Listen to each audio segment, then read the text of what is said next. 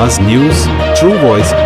आदाब नाज़रीन, आवाज़ न्यूज़ चैनल पर आपको खुशामदीद। एल्लारेड्डी में इस बार बोनाल त्यौहार धूमधाम से मनाया गया। साबिका म्यूनिसिपल चेयरमैन कुडमुल सत्यनारायण की क़यादत में विजयवाड़ा से खास तौर पर शिवा सत्तुलु और रक्सी टीमें मदऊ की गई। रियासत में कहीं ना होने वाले अंदाज में वो हर साल ये जश्न शानदार तरीके से मुनक़िद करते आ रहे हैं।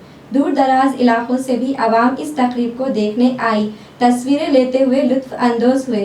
कुडमुल सत्यनारायण को आवाम की जानिब से ज़बरदस्त ख़राज तहसीन पेश किया जा रहा है।